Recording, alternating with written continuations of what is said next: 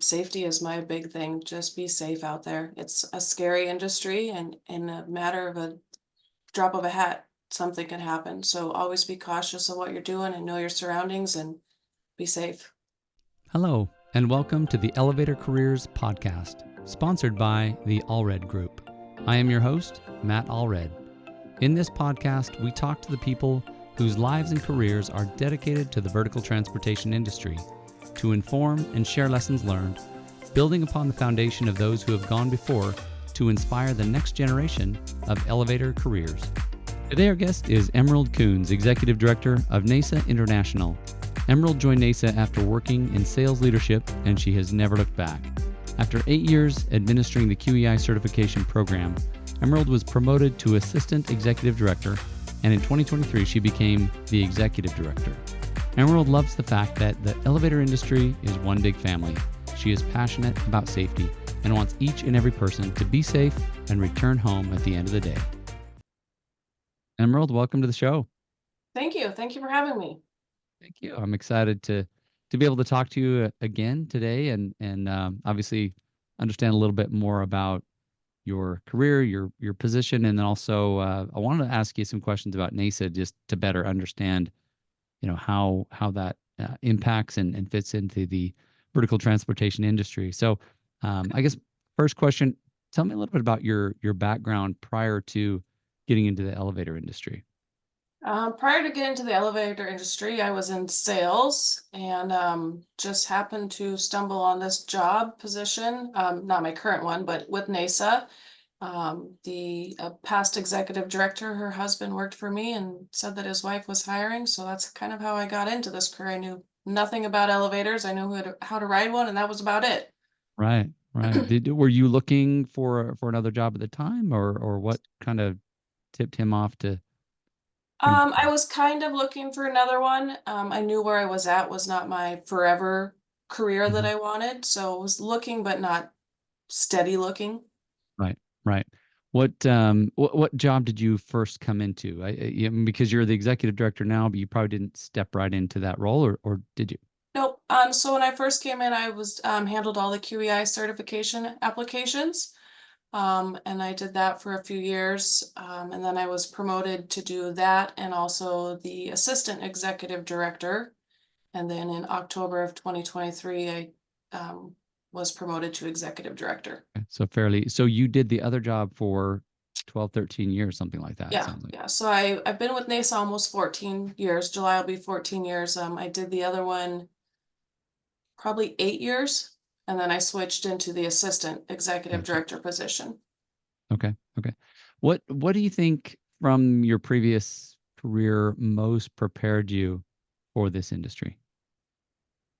Um, so in my previous career, I did a lot of customer service stuff, so it was easy coming into this one, having that background of working with individuals, and having to deal with any aspect that would happen. So it was easier to come in without having, if I would have been, I don't know, grocery store cart pusher, it would have been different because I didn't have that interaction and contracts and stuff like that. So that made it easier coming into this position. Cool. So, tell me a little bit about NAESA itself. How did it get started, and what's some of the history there? So NAESA was, we're incorporated in Arizona. So it was started in Arizona.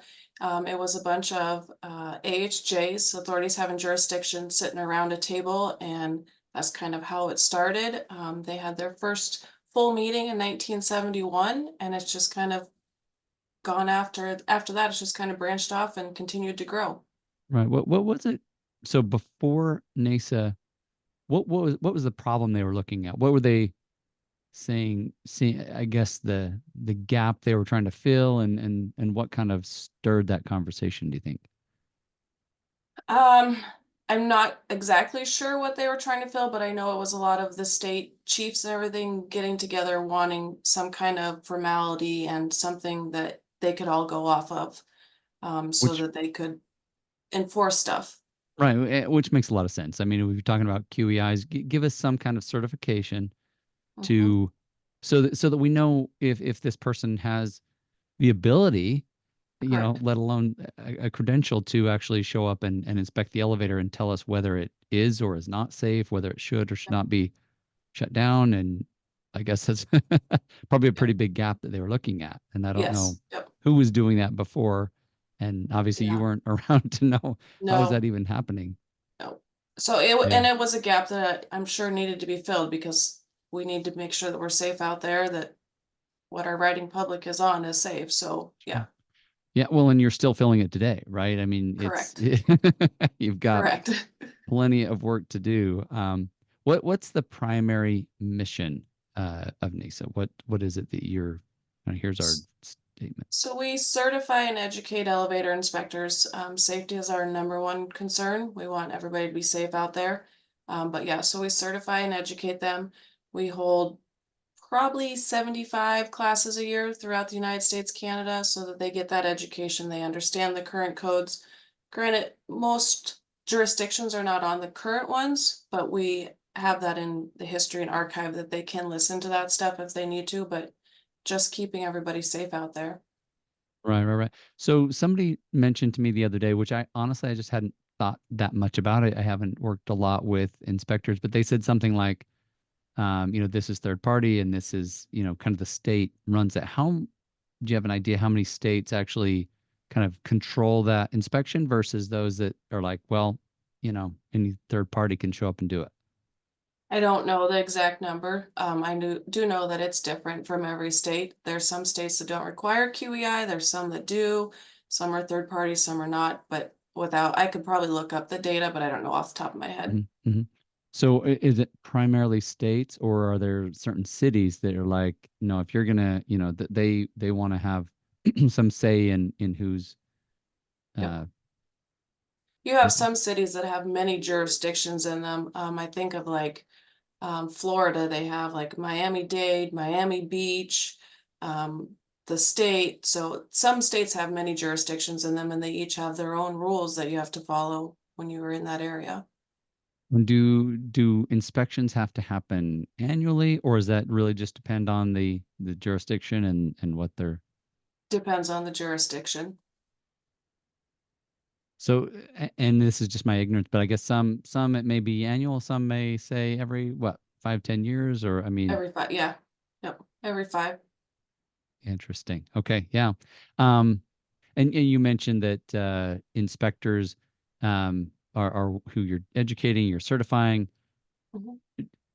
I'm just curious, how often do you see somebody come from completely outside the industry? Maybe they have related industry or experience, but say, hey, I want to be an elevator inspector. You're starting to see it more and more. Um, you'll have companies that'll bring on somebody as an apprentice for a year and get them their training. We actually just launched an inspector training program where you have no knowledge. You can just come into this program. You have to have a mentor who's from the industry, but you can come in from your local Starbucks and have no elevator knowledge at all, and we will teach you through that whole year-long class what you need to know alongside your mentor, and your mentor will have you out there, witnessing these inspections and learning Yeah. all these tools. But there before we launch this program, there is a lot of people that just come in and they, reach out to the majors or a state, and that's how they get their training, and then eventually come QEI certified. Okay. No, that's fascinating. So you say they reach out to the majors. Do they like pay them to be their kind of their mentor, or I guess it depends, right? I think it depends. I don't know. Some companies I know that they will hire you on as their apprentice and they pay you. I don't know if it's half the rate. I don't know exactly what they pay. And there's some individuals that, it's a family business and the nephew wants to learn, so they just go and shadow that individual and get all their documentation and do that for a year. And I would assume if it's family, they're not probably paying them. They're doing them after hours or on the weekends and stuff, but it varies from Yeah, place yeah. to place. So it's more about, do you have the knowledge? Do you have the experience, the exposure to actually do a proper inspection, and can you pass the certification to prove it essentially? Yeah. So yeah, before you even sit down to take the exam, you have to show that you have that documentation that you've been out there. We don't want somebody out there just come off the road and go in, you have no idea what you're looking at. So they have to show that documentation to us. That makes sense. How much time does someone need to actually qualify for that? We have to see documentation that you've either been performing or witnessing inspections for at least 1 year. Okay, cool, cool. I I have a cousin, I guess, yeah, cousin's son or something. Anyway, he had actually expressed interest at one point, and it kind of scratched my head a little bit because I'm like, well, I don't. I mean, I know he did some drafting work and solar systems, and but like solar panels, I guess, is what he was working on. But um, yeah, I didn't really know that was even a possibility, but it sounds like Oh, yeah, it really is, and it especially with is. this new course that you've launched. Um, Absolutely. yeah. And there, who knows, there may be other courses out there as well, or other companies that are kind of offering that training. What would you say is your biggest challenge as the executive director? Oh, I think just me personally wanting to reach out and be able to interact with all of the individuals. I mean, we have a little over 3,000 inspectors, and if I could just be able to reach out to each one of them and have a Sure. conversation, um, make sure they're okay, make sure they don't need anything from us. And I do reach a lot of them just through the travel and the workshops and the classes, but just to reach out and, make sure they know we're here for them and that it's about safety. We have to make sure that when you leave in the morning, you get back home that night to say, Right. see your children, your wife, your husband. Absolutely. Absolutely. And I think you told me I mean, you've got inspectors like all over the world, or multiple countries. It's not just the U.S., but Correct. We have United States, Canada, Korea, Guam, the Bahamas, a little bit of everywhere. yeah, yeah. And yeah, I'm sure in certain countries, maybe they don't have certifications, or maybe they use something different, but obviously this is becoming certainly a world standard of inspection, um, you know, know-how. So, and you had mentioned in previous conversations just that as I recall, it seems like there's a maybe even a shortage, that there's more inspectors needed, and that's probably why you created that program. And how big of a need is it? Is there any way to quantify that? I know that there's a need, but yeah, to quantify it, I don't know. I just, from the employment opportunities we see that we post, there's definitely a need. And this industry is an older industry. So we need to start bringing in younger ones and getting them in and getting them the knowledge they need so that the older ones can retire and enjoy life. I sit on ASME code committees and I see it there. It's an older industry and there's not a lot of younger ones coming up to learn that code and have all the knowledge that the older one they have. And so we're going to have a big gap there of that knowledge that is not there. Yeah, yeah, and I mean, it makes a lot of sense that yes, there's a need and a gap now, but it's probably going to get even worse as more of these baby boomers retire Yep. and just are no longer working. Yeah, are we bringing it up enough to Hmm. really fill that gap? Yep. Yeah. Yep. So, and Yeah. hopefully, like I said, with us launching this program, we're hoping that that helps. We're not going to be able to fulfill that whole gap, but if that, gives us 100 more inspectors a year, it's 100 more than what we had to begin with. Yeah, yeah, yeah, yeah. No, it sounds like a great program. It's a way to, open up the opportunities for more people that would have interest, and maybe they, like you say, aren't working for one of the elevator companies, but would love to get in there and Yeah. or to participate. So, this is a little off the track. I'm just curious, what are some of the challenges of being a female in a male-dominated industry? I've been asked that a lot. When I first came in, it was very intimidating, scary. Um, but I think it's getting better over time. You're seeing more and more women in this industry. We have our own group. It's Women in the Motion, where I attend those meetings, and so it was hard. It's hard, and it still is. But Sure. it's getting easier and easier as there's more and more of us coming in, and that's great. It's Yeah, yeah, yeah. I talked to a lady recently who joined, whatever, 15, 20 years ago. And she said that there was one particular woman who, was kind of like at executive level or had been there a while and was able to just reach out and just kind of build that Mhm. that network. And I'm sure that you see that, you Yep. participate in that. And so I'm sure that We helps. stick together. We all stick together and bounce out ideas off each other, and yeah. That's So awesome. That's awesome. What have you come to love the most about this industry?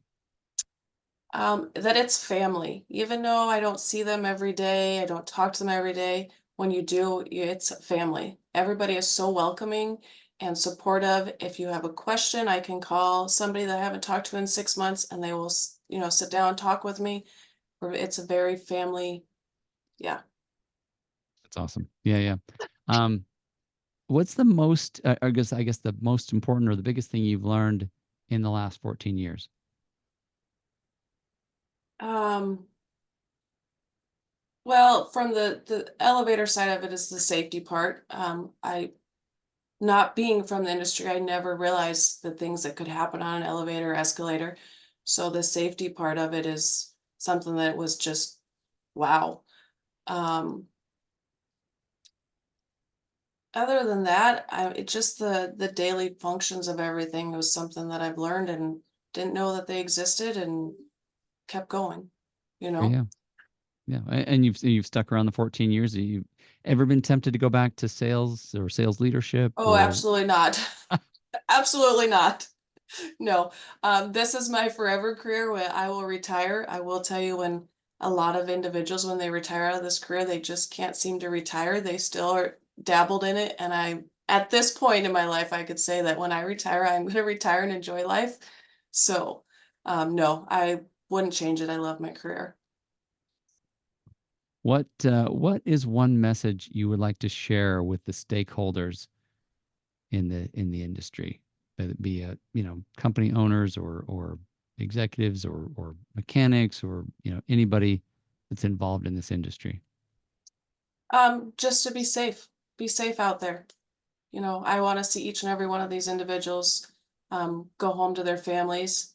So, safety is my big thing. Just be safe out there. It's a scary industry, and in a matter of a drop of a hat, something can happen. So, always be cautious of what you're doing and know your surroundings and be safe. Great, great. Emerald, thank you so much for your time today. It's been a Yes, lot of thank you. fun interviewing you. Yeah, I appreciate it very much, and I wish you the best as you continue to build your Thank career, you. and also invite you to stay safe. Thank you. Thank you for listening to the Elevator Careers Podcast, sponsored by the Allred Group, a leader in elevator industry recruiting. You can check us out online at elevatorcareers.net. Please subscribe, and until next time, stay safe.